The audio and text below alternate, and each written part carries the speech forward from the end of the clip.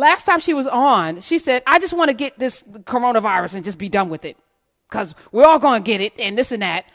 Well, I think you were going to tell us what happened since that last visit. Let me welcome our geneticist. I'm going to say In Those Genes is her podcast. Check her out, Genes, the one and only Dr. Jeff. That's it. I'm just going to do that. Dr. Jeff, welcome. Welcome to the Karen Hunter Show. Hey. Can you hear me okay? Yes, we can. How are you? Okay, good. I'm good. I'm better now. Yeah. So what had happened was we were on the precipice of Corona. And we were in the studio. So now I'm looking back. Did you give it to me? Like, what the freak? No, I don't have it. But anyway, I don't know if I have it because I haven't been tested. So what happened? You haven't gotten your antibody tested? No, I haven't been out the house. So if Corona gonna come, it's gonna come through my mail slot. I ain't messing with Corona like that. I ain't messing with Corona. Well, that's good. That's so funny. Yeah, because after I said that, like literally days later, I was like, I probably should have chose different words. I probably should have explained that a little bit more. But yeah, I mean, I was socially, I think actually coming to your show probably was the last time I was out. And then I was just doing everything from home. And then I woke up one day and I had a really bad headache. And I had a really bad headache for 2 days. And then I was fine one day. And then I woke up the next day and I couldn't even sit on a call. Like my head was pounding so much. I couldn't look at screens. I couldn't do anything. And then I had already been doing all this COVID research because for the podcast, we started doing coronavirus episodes. And so we started diving really deep into the science and learning a whole bunch. And so I said, let me go taste a piece of lemon and let me go taste a piece of garlic. And I went and I couldn't tell the difference. I couldn't tell the difference between the two. It just tastes like I knew something was in my mouth, but I couldn't taste it. I couldn't smell incense. I couldn't smell. So I lost my taste and smell, and then I started running a fever. Then I started getting congested. This was all in the same day. And this was actually 3 days. So I go to Mount Sinai Hospital. That's where I did my postdoc. And so I did a televisit. And the doctor said, you likely have COVID, but it's too risky to bring you in for testing. And so just sit at home and take some Tylenol for the headache. That was literally it. And then I, was able to get a prescription for azithromycin, which is actually antibacterial. And it actually reduced my congestion symptoms, but I still couldn't taste and smell, still had a really bad headache. And that went on for 10 days. And so I was in the house. Yeah, I have friends. I didn't have medicine. So then I called my neighbor on the first floor. I live in a brownstone on the 4th floor. And I called my neighbor and I'm like, hey, girl, you got some medicine you could give me? And she was like, are you sick? And I was like, yes. She's like, my fiance is sick. And so we all share the same, in and out of the building. So we all share the same door. So I think what happened is I either probably went out for a run because that was the only thing that I was doing and touched surfaces. And touch shared surfaces. So everyone in my building, we all have antibodies now. 2 of us actually had symptoms and developed COVID-19, and the other ones just came in contact with the virus SARS-CoV-2 and now have antibodies. We had Mara Gay on, the New York Times editorial writer, who was an avid runner, 34 years old, never been sick, no underlying conditions. I mean, healthy person. It put her on her ass. You're also a runner, Dr. Jeff? Yep. I ran the New York City Marathon twice. See, so is there something because lung capacity, I'm a swimmer. Swimming actually helps your lung capacity. I'm not a world-class swimmer, but I love to swim. And it actually will help your lung capacity. Do you think that the running, because you're taking such a deep breath out there with the particles just floating around, do you think that and people don't run with their masks, which I think they should, me personally? A lot of the studies that show transmission through saliva by distance, it would be really hard, I would say, for a runner to kind of come in contact even with another runner and they happen to be breathing out at the same time and it's enough saliva that it gets to you. No, but doesn't it hover? Doesn't it hover in the air? Like I've seen so many of these videos where it's like particles can stay in the air for, a period of time and you run into it. But you're moving so fast, right? You're moving I think it's unlikely. Okay. And if you ask Dr. Fauci, he goes on runs every day.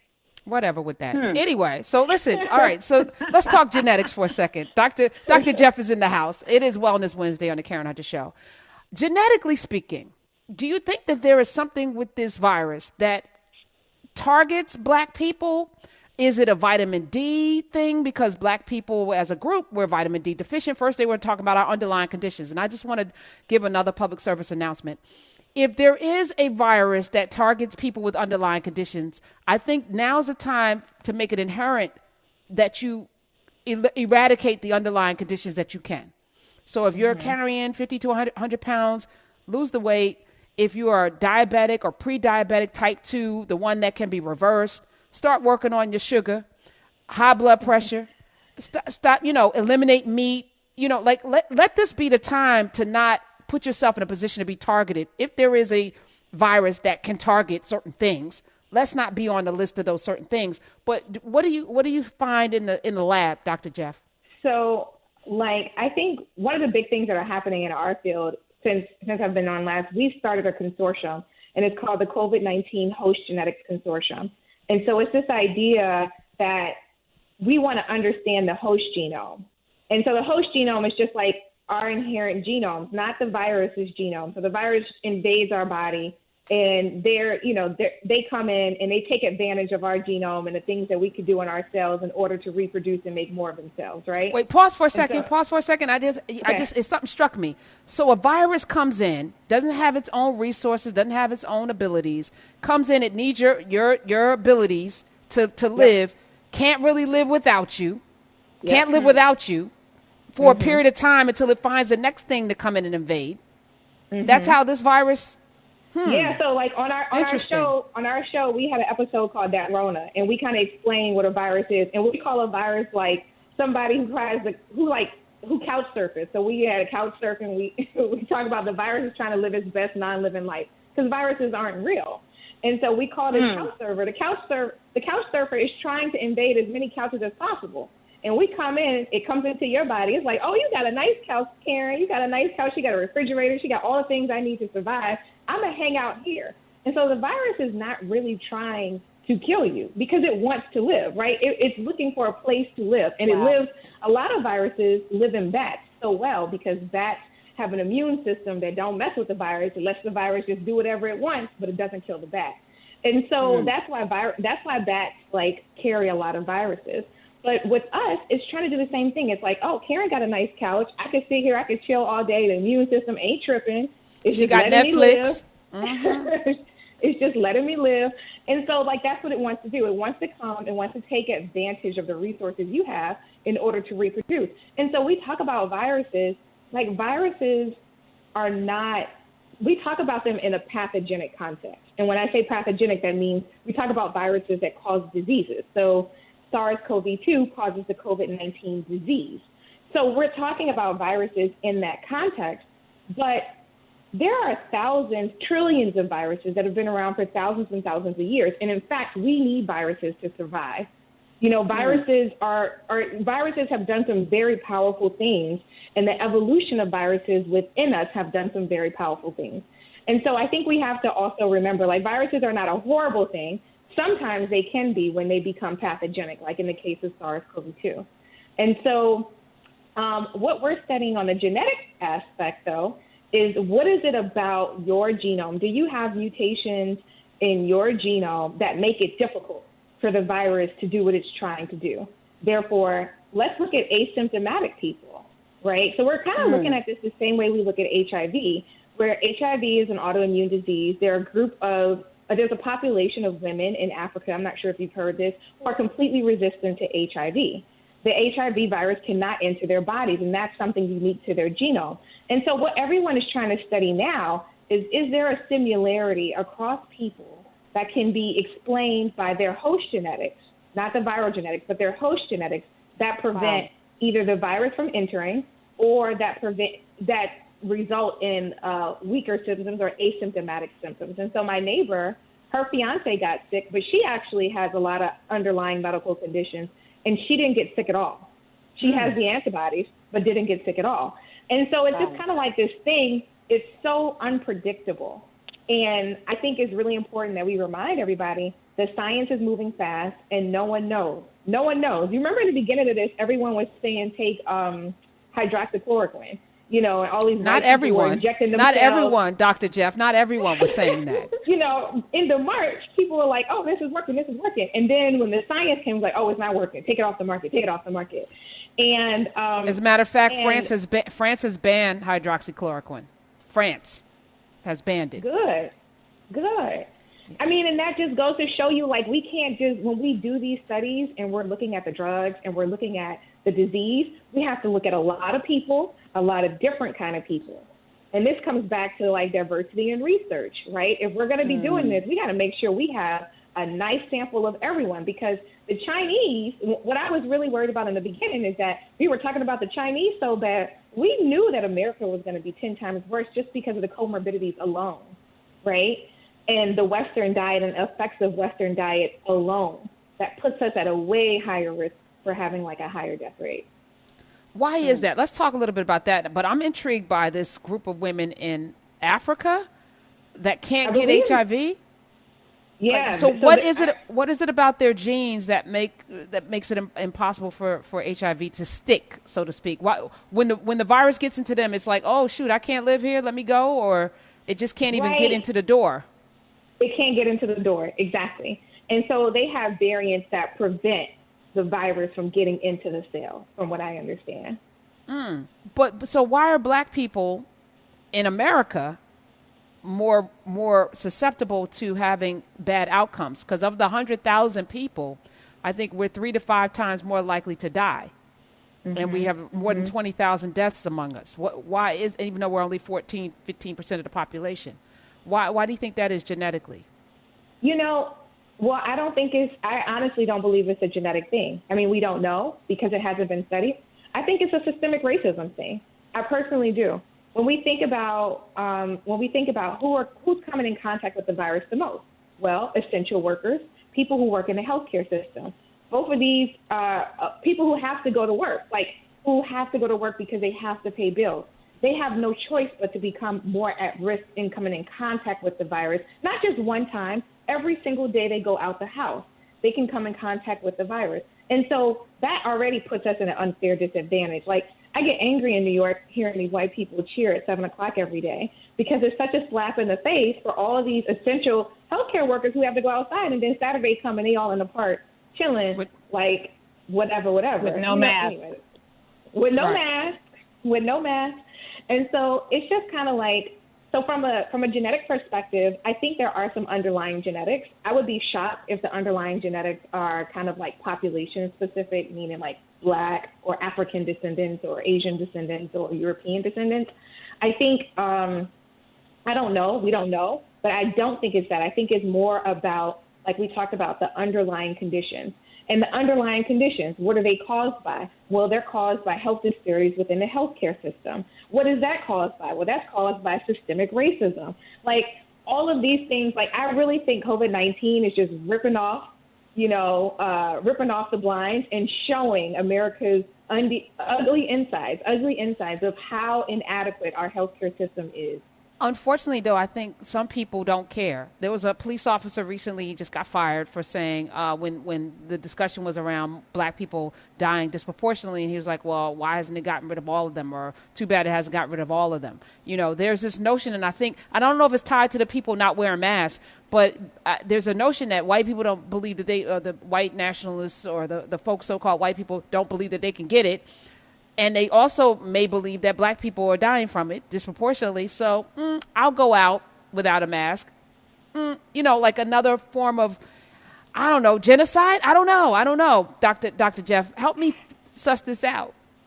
I mean, that's silly. Everybody's getting this virus everywhere. If they don't think white people should get it or can get it, go look at Italy, okay? Italy, very small country. You know Hannibal, the Carthage, anyway. There's some who question the whiteness of the Italian community. Just saying. Oh, goodness. Yeah. I actually heard a podcast that talked about how Italians and Jewish people became white. But anyway, that's another conversation. But yeah, I mean, there are a lot of white people who don't associate or consider themselves Italian. But the point of the matter is they all share European ancestry. So this virus is not, picking and choosing certain people. It's presenting itself in different ways, right? We look at kids, we look at older people. They have drastically different experiences, and even men and women. And so, a lot of the research is showing already that men are dying at a higher rate compared to women. I mean, I think a lot of the time when we look at like epidemiology data, typically women have less comorbidities just on average. So I think that might be more likely a reason. But to these white people who want to walk out here with no mask and get coronavirus, listen, I can tell you it is not fun. It's not something to play with. And by all means, go ahead. They'll learn really quick that they are not immune to it. Dr. Jeff, she has a podcast called In Those Genes. I think you should listen to that Rona. That Rona sounds like it's fire. Were you ever afraid that you were not going to make it? No. Well, I had one moment. I was trying to convince myself that I still didn't have it, and I took a call. I was actually doing an interview, and I had gotten all dressed up and put makeup on, which felt really nice, and a nice shirt with my yoga pants. And I got on the Zoom call, and I just started sweating profusely. And I'm not a sweater. Like anybody who knows me, I'm always cold. I was sweating profusely. My eyes were getting blurry. And that was the only time I experienced shortness of breath. And I got off that call, and I sat my black ass down, and that was the end of that. I sat down. I started measuring my pulse ox. And so I will encourage people, because the way that this is looking, you got two options, right? You're either going to get the virus, or you're going to socially isolate for long enough till a vaccine is made, which is going to be around this time next year. And so I would go ahead. What? No, there's got to be a third option. Put the fingers up. Everything goes right. I've heard that. You know what? If we get one this time next year, it's because everything that could go right went right. Everything that could go wrong did not go wrong.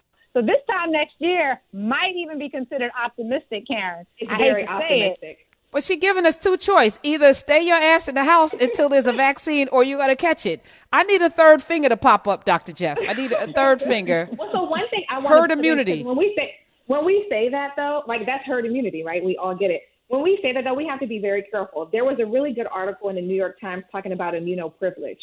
And it went back to yellow fever back in the day. And it was talking about Black Americans in New Orleans. And what it was saying is that when the yellow fever outbreaks were happening, because people of color disproportionately needed the money to go to work, and you had to have immunity in order to go work in these white people's houses, that they tried to get the virus just so they could have immunity. So we need to be very careful of how we treat immunity. People are talking about having this immunoprivilege and this immunopassport, so you can be able to like go and move freely now that you have antibodies. We don't know how long these antibodies last. We don't know how effective they are. We don't know a lot of things about that. So I just also want to caution people, don't try and go out there and get the virus, because we can't predict how you're going to do.